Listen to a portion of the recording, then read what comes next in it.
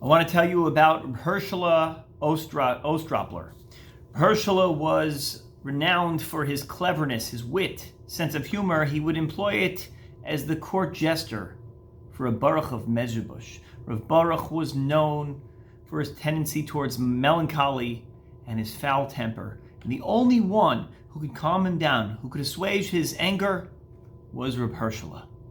So it's believed that Rav Herschela, in the end, died as a result of an accident brought about because of Rav Baruch's temper.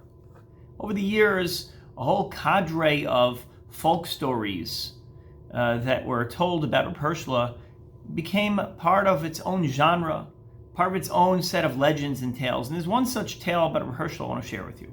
Rav Herschela was traveling along the road when one day he came to a small inn. He was starving. As usual, he had no money to pay for the room and board. And so he knocked on the door politely. He asked the innkeeper if he could have a bite to eat and a place to sleep, maybe a pile of hay in the stables. And the innkeeper and his wife refused. Herschela turned to them and said, "You're going to say no to me?" Yes, I guess so, said the innkeeper. "You know what happens if you refuse me," repeated Reb Herschela. "I hereby take a solemn oath that if you refuse me a place to sleep and eat, I will do what my father did when someone said no to him." "Give him what he wants," hissed his wife quickly. And the innkeeper and his wife, they prepared an incredible meal for Reb Herschela and gave him a beautiful place, not only at his table, but also a place to sleep, one of the finest rooms in the inn with a pillow, a blanket, and all of the amenities. Said the innkeeper to Reb Herschela, "Now that everything's settled, I'm curious, what did your father do?" "Well, since you've asked so nicely, I'll tell you," Reb Herschela said. "When my father was alone, starving on the road, and he was refused anything to eat, he'd go to bed hungry." Herschela's vow was a scare tactic. It was a bluff. It was ultimately as empty as was his stomach. And this week's Parsha cautions us about the severity of empty promises. Lo yachel dvaro. Do not allow your words to become dvarim shel chulin. Don't let them become words that are empty. Rashi explains, what does it mean, lo yachel dvaro? It means don't make your words mundane or dishonorable. Lo yachel dvaro, lo yaseh dvarav chulin. Don't make them empty. Rav Menachem ben Zion Sachs, the author of the Menachem Tzion, who dedicated his life to building Torah institutions in Chicago, and authored this wonderful work called the Menachem Tzion.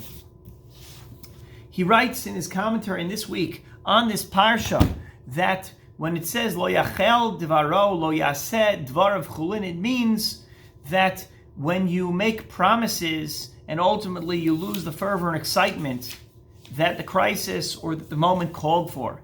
This is not too uncommon in election cycles, when the politicians over-promise and under-deliver, and what happens after the election cycle is over, and their lofty commitments and their lofty vows are all beginning to evaporate.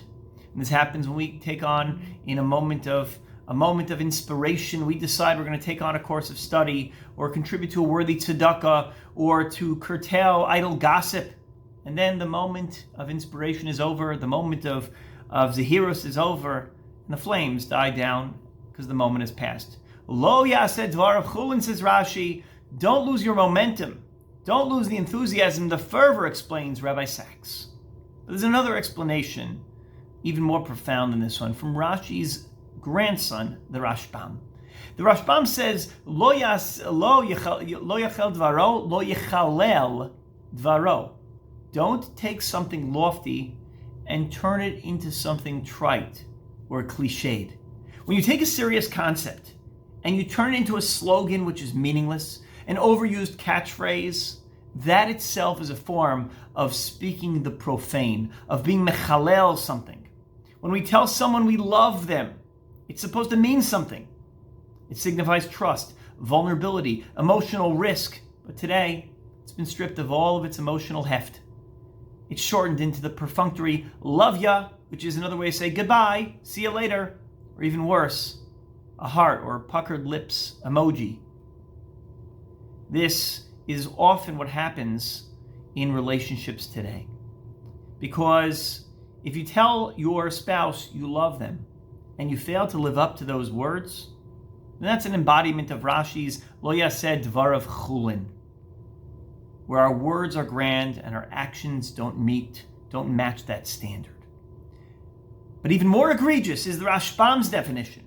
If you tell your spouse you love them and then you apply the same catchphrase to your favorite flavor of ice cream or your particular variety of latte or frappe or the podcast that you enjoy, then you've cheapened the holy institution of love and you've violated Lo Yachalel Dvaro. You've made your words meaningless.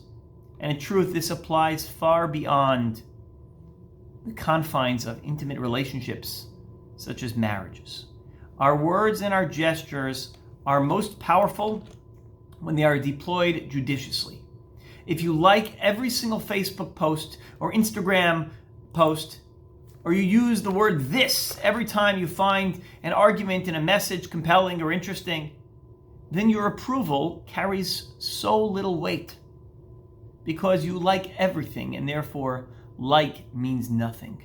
You love everyone. Love means nothing. In the pre-corona days, if you went around doling out hugs and kisses indiscriminately, then your hugs don't convey very much other than you're a hugger.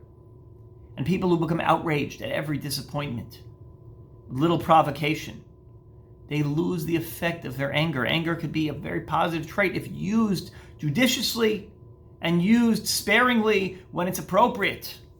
But if everything becomes a source of anger, your anger is useless.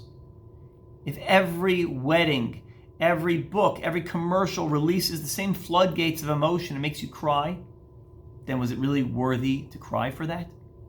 These final points about our anger and our emotions and our tears underscore the key that is described as the main flaw, the main problem of the punishment of Tisha B'Av. The Jewish people fumed and cried for no reason when they heard the negative report of the Meraglim of the spies. And in response, HaKadosh Baruch Hu gave us a perennial reason to cry. Atem bechitem bechiyam shachinam. You cried for no reason. Ani ten lachem bechiyam l'doros. I will give you a real reason to cry for generations. Why would God issue such a harsh decree only because we overreacted? But the answer is clear.